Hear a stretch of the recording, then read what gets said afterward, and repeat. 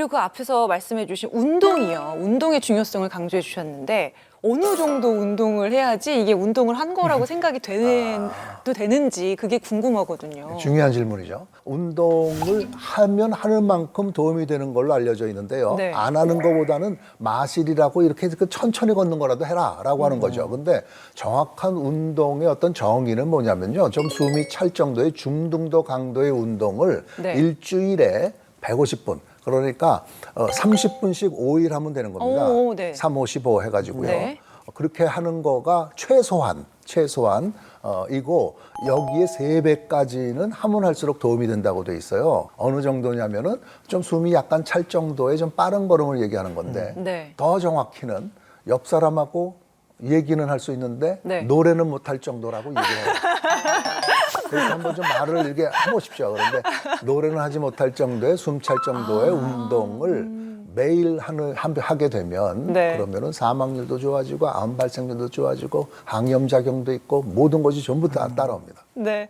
와, 교수님 이렇게 말씀 들으면서 우리 모두 가속노화의 삶을 살고 있었구나 생각하실 것 같습니다. 그럼 이렇게 살고 계셨던 분들도 저속노화로 변화는 가능한 건가요? 물론이죠. 예. 이렇게 이제 환자분들을 대하면서요, 이분들의 혈액 검사 데이터, 그리고 어떤 배둘레, 그리고 몸무게, 생활 습관 이런 거를 보면은 사실은 저는 이렇게 어떤 좀 건강 수준 같은 게 이렇게 보이거든요. 네. 그게 바로 이제 어떤 신체 나이가 이렇게 보인다는 그런 얘기입니다. 네. 그런데 이런 것들이 안 좋으신 분들을 총체적으로 이렇게 설명을 잘 해드리고 어떤 그 수치를 맞추기 위해서 약도 좀 쓰면서 체중 감량하고 식사 조절 잘하게 만들어드리고 운동하고 그렇게 될 때 이런 부분들이 놀랍게 변화가 되고 그다음에 덤으로 얻는 거가 이렇게 활력적인 그러니까 항상 피곤하고 힘들고 이렇게 좀 무력감이 있던 분들이요 이렇게 살아나가는 것이 이제 힘이 있고 건강감이 이렇게 넘친다고 그렇게 얘기를 하시죠. 정말 건강을 위해서 진짜 맞는 말씀을 다 해주셨는데요. 근데 또 이게 실천하기가 생각보다는 어렵잖아요. 그 교수님만의 환자를 설득하는 비결이 있나요? 이게 생활 습관이잖아요, 이게. 그래서 생활 습관을 갑자기 바꾼다라고 하는 거는 분명히 어려운 그런 일이에요, 사실. 엄청난 노력이 필요하죠. 버릇이 돼 있으니까. 네. 그래서 이 부분을 이렇게 동기부여를 시켜주는 것이 상당히 중요하거든요. 그래서 이런 부분들에 대해서 서로 알고 있는 지식, 정보를 공유해야 되고 왜 지금 이것을 바꿔야 되는지 뭐 해야 되는지라고 하는 것을 잘 서로 공유를 하고 목표 설정을 잘 한 다음에 그것을 이룸에 있어서 갑자기 단기적으로 그냥 이루려고 하지 말고 이렇게 잘 안 되고 실패해서도 뭐 잘하고 있다고 다시 격려해주고 이러면서 이제 다시 그 부분을 가야 되는 거죠. 그리고 분명히 알고 있어야 될 거는 그러니까 본인이 직접 체험을 해봐야 돼요. 이렇게 이 부분을 목표를 이루었을 때 얻어지는 그 성취감, 자신감. 네. 이거 대단합니다. 그러니까 이제 체중을 뺀다라고 할 때 좀 힘들지만 처음엔 하기 싫고 힘들고 그러죠. 그런데 이것이 막 돼나갈 때의 어떤 자신감 같은 거 이루었을 때 모든 일 다 할 수 있을 것 같아요. 이거보다 더 그 성취감을 느끼는 게 담배예요, 사실. 흡연자 끊는 거 이거 니코틴 약물 중독된 거거든요. 약물 중독에서부터 빠져나오는 건데 이 부분에 대해서도 굉장한 동기부여가 성취감이 있는데 이런 부분들을 잘 설명해 주면서 이렇게 얘기를 잘 해드리면 좋죠. 제가 이걸 어떻게 이렇게 잘하냐? 네. 걸쳐있다가 담배도 끊었고 그리고 체중도 굉장히 정말요? 많이 줄여봤고 그래서 그때 얻어지는 어떤 기쁨, 성취감 이런 것들을 잘 알고 있어요. 그래서 이런 것들을 이제 더 잘 얘기해 줄 수가 있다고 생각합니다. 교수님은 처음부터 그냥 바르게 생활하셨을 것만 같은데 담배를 피우시다가 또 금연에 성공을 하셨고 네. 또 살도 빼셨다는 말씀이신 네, 거죠? 네, 네. 그럼 교수님 경험을 하셨기 때문에 그 고통도 사실 아시고 환자들의 그 공감을 해주실 수 있을 것 같아요. 그리고 성취감까지 전달을 해주실 수 있다는 생각이 듭니다. 이런 생각이 또 듭니다. 교수님 이제 오랜 시간 많은 환자들 보시느라 본인의 건강은 어떻게 관리를 하실 수 있을까? 스트레스 받는 일도 많으실 것 같고 네, 스트레스 네. 관리 어떻게 하시고 건강 어떻게 챙기고 계신가요, 교수님은? 우선 건강은 제가 말씀드린 것들은 전부 다 따라서가 아니라 그렇게 하고 있죠. 정말요? 이제는 과거에는 젊었을 때는 내가 하지 않으면서 그냥 해야 된다고 이론적으로만 얘기할 때도 있었지만 그래서 이런 말도 있잖아요. 우스갯소리로 의사가 말하는 대로는 하고 네. 하는 대로는 하지 마라. 이런 얘기도 있었어요. 아이고 교수님 너무 재밌으신데요.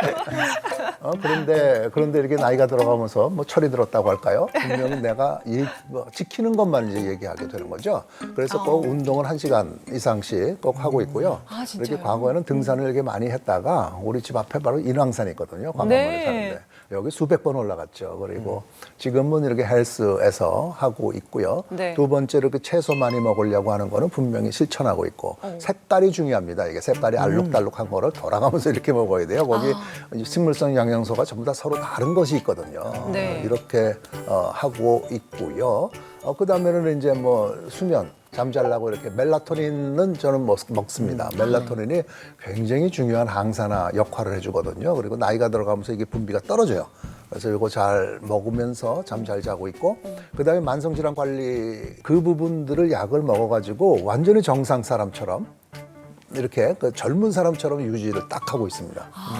이렇게 약을 먹고 안 먹고는 중요한 게 아니에요. 이렇게 수치가 완전히 안정적이냐라고 하는 것이 중요해서 이제는 뭐 특별한 걱정을 안 하고 지내고 있고 그다음에 스트레스가 문제가 되는 건데 네. 스트레스는 이게 우리가 느낌이나 공감 같은 거기 때문에 논리적이 아니거든요.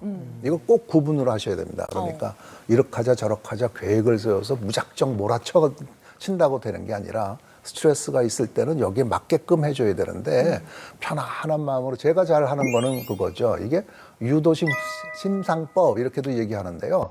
편안한 마음으로 눈을 감고서 심호흡을 하면서 가장 좋은 때를 이렇게 떠올리는 거예요. 그래서 내가 그 안에 들어가 있다고 생각하면서 그걸 느끼고 경험하는 거죠.